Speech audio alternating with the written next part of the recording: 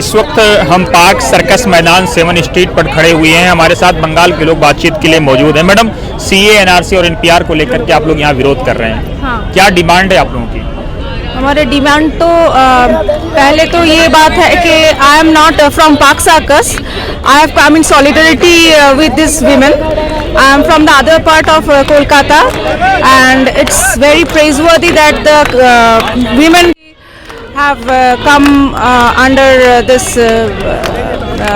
have come united under this banner of movement, and all of us, all the other women of Kolkata are expressing our solidarity towards them. So what is your demand to Government of India? We want CAA to be repealed immediately because it is against our constitution. You cannot. So you people are fighting for Constitution of India.